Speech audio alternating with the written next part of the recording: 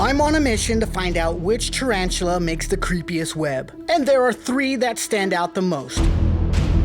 Unfortunately, I couldn't get a hold of this orange baboon, which is a shame because look how cute he is. I'm gonna build some cool enclosures using the creepiest materials I could possibly find. This isn't gonna fit, so we need to break it down. I took this blueberry bin and I cut the bottom off and then made a door. Now we're gonna silicone all inside and outside to make this look natural. There we go, that looks pretty good and even. Now we just add peat moss. Picasso. I'm using spray foam to build the layout of the tunnels because tarantulas love to burrow. All right, now that the foam is dry, we're gonna cut out an opening here so he can come in this way and out this way. And we're gonna put a big tree branch right here so he can make webs everywhere. I don't know why, but this part is so satisfying.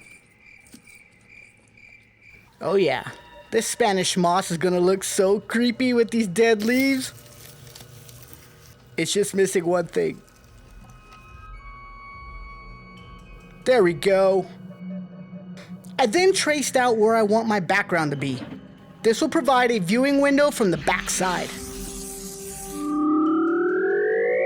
Tarantulas love to dig, so I'm using cocoa fibers mixed with peat moss and dead leaves to give it that creepy look. And this tank is for the Socotra Island Blue Baboon, an old world terrestrial species from the island of Socotra. They spend the majority of their time in a webbed burrow, reaching up to 6 inches in length, with females living up to 15 years old, while males die around the age of 3. Just a kid, I didn't even get to say goodbye. Their main defense is to flee, and they are fast. Meet Soko, my female Socotra.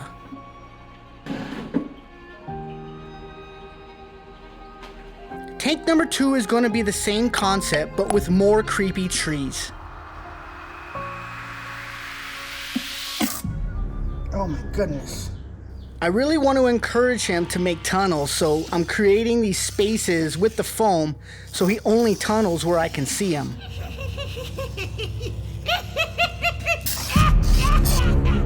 And yeah, this tank is really starting to look creepy. Once it's dry, I made an opening to the tunnel system. And with a little magic, it's complete. I used some bark for the tunnel entrance and a lot more trees for him to web. This, my friends, is the green bottle blue, a semi-arboreal tarantula from Venezuela. Oh, he's trying to escape. They don't live in trees, but will climb the higher elevations to find anchor points to attach their web to, while spending most of their time on the ground in a webbed up burrow. Meet Zephyr. Side by side, which tank do you think will be the creepiest? Vote in the comments. And it's now time to cover them up so they can start webbing. The next day, I found them exploring their tanks along with their food. But no webs. Instead, they are doing this, hiding. Guys, I now have merch. While watching a video, just scroll on down, click right here, and there you go. Where I have tons of designs from cute sweaters to fun t-shirts. Fear doesn't exist, but spiders do. The material is high quality and very comfortable. 100% of the profits go to rescuing abused and helpless animals. So snag yours today. On day 5, I noticed they started webbing the floor and building a solid foundation. But it wasn't until day 10 that the web started looking wicked.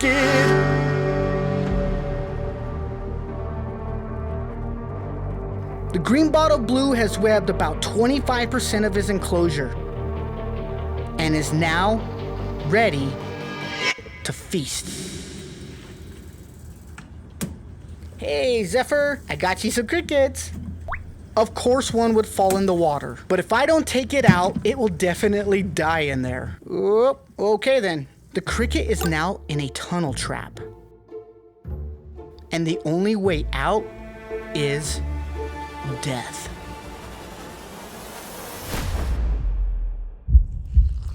But this web is nothing compared to the Socotra. She's webbed about 50% of her enclosure, so I gave her some crickets for the amazing job she did. But it didn't even faze her. Luckily, the crickets are stuck there, and she could come and eat them whenever she wants. It's day 15, and I'm very surprised at what I found. The webs are looking nice, but they haven't really grown because every time I feed them, they just destroy the web. And I feel like there's not enough sticks for them to really web up the entire place. And you can see over here at the Socotra, you can see he's just been destroying it and making tunnels out of his web. But he's only in this one area right here, so we need him to web over here as well. So we need more sticks. Let's go get them. So the best place to get sticks is obviously my backyard, which don't mind my burn pile here. I get a lot of Amazon. Oh, someone told the joke. Yoink, yoink, yoink, yoink, yoink. Ha ha ha ha. Yoink, yoink. So here's what I've gathered. Let's go put it in. Okay, so for the green bottle blue, we just need to place some more sticks right here to attach this web into that tunnel right there that I created for him. Please don't jump out. Something like that. That. Maybe one right there. So I don't want to block his entrance right there, right? We want him to come around his water. Maybe even put one over his water right here, like that. And then maybe one more. Just put it right here, and then really, oh my goodness, like that. So let's see if we can get his web over here now into that tunnel. Now the blue Socotra, its problem is there's no sticks in the back, so she's having a hard time bringing her web around to this tunnel here. So let's add more sticks in the back. I can't open this door because she's got her web attached to it. Just gonna put some sticks right here, and let's just keep going over like this. I'm basically just building a wall on the back and then connect to this hole right here I made for her. I'm not an expert in webtology, but I feel like this is going to work. I mean, look at that. So I covered them up for another 10 days. And guys, while I was waiting, I discovered this in my green tree python enclosure. Holy moly. Look at this web, guys. It covers the entire enclosure like a net. I'm pretty sure that's a fisher spider. All right, let me check. Yeah, nope. Oh, there he is right there.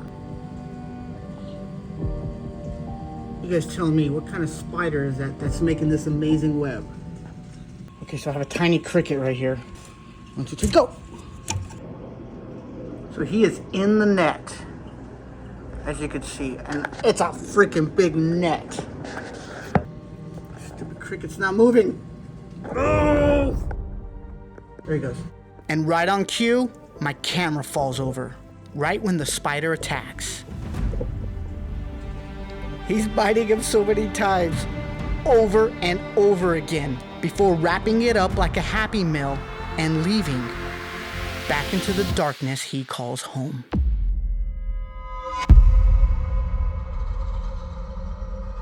On day 25, I checked the tanks, and great success, they have started going more vertical with their webs.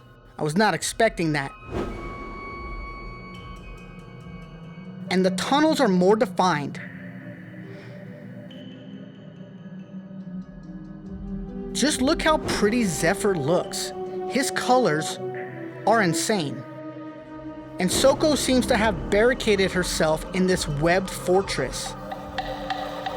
But I want to see the whole tank covered in webs. So I left them for 5 more days. Of course it's raining. Well, you can't control when Mother Nature's just gonna dump on you. Whoop. Water droplets stick to the web, allowing the tarantulas to get a small drink, while also fortifying the soil beneath the web. Zephyr was looking hungry, so I gave him a cockroach.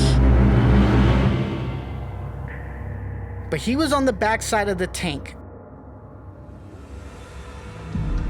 So I quickly changed positions and, gosh dang it, I dropped it. Unfortunately, Soko hasn't moved in 5 days.